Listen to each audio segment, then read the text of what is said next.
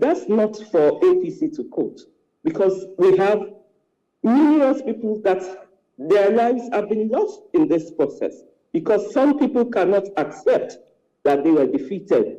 What we call in English language sore losers. They have become sore losers. You can see that the presidential election, the first one, that happened, there was a landslide victory, so to speak. But a lot of things were manipulated, and we saw that by the second term, they were battle ready. Somebody is saying, he just said, is it do or die? That's not a code for Labour Party. As far as I'm concerned, presidential candidate Peter Obi has been very decent. He has not traded words. He has just followed through his ambition and what he wants to attain. And the same goes for Alhaji Ahmed, Dati Ahmed. They have done their part in a very decent way. Now we're talking about the Agberoism in Lagos State. Thugs have taken over. Most of the places where people expected to vote decently were raided, full of thugs, intimidating people. Some people could not vote. Some people, after voting for a certain party, were attacked. All these are glaring. And if there's any decency in most of the people, especially when you see bloodshed, you are talking about youth, people who are very young, and they are going there to express their votes, to express their mandate, and most of them, had to be slapped, they were stabbed and all that. And that is why, if Peter Obi is decent, which he is decent, that's why he has reacted, that, this bloodshed is uncalled for.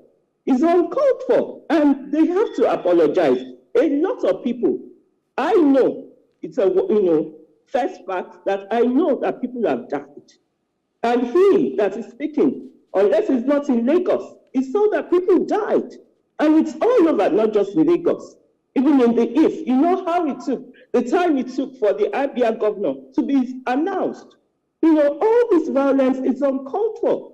If you win, I'm remembering years ago when my grandfather had to go to court, the 12 2/3 that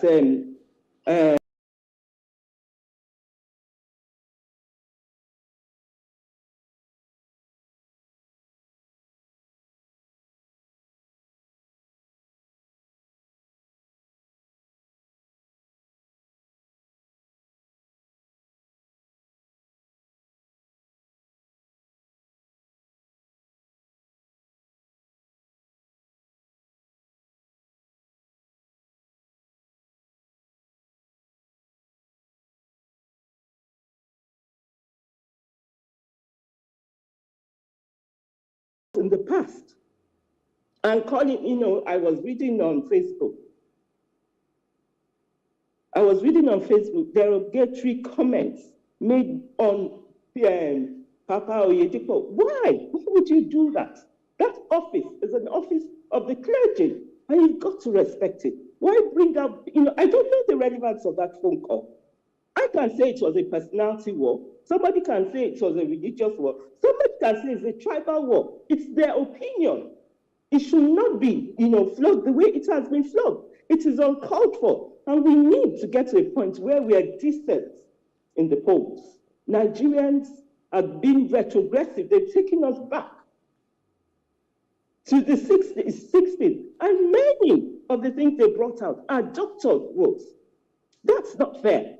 And it's so glaring and visible for all to see. And yet you are saying somebody won? That's not decent. And that's not the legacy I want to leave for my sons or for my children yet unborn. And therefore we are going to see it through, not violently.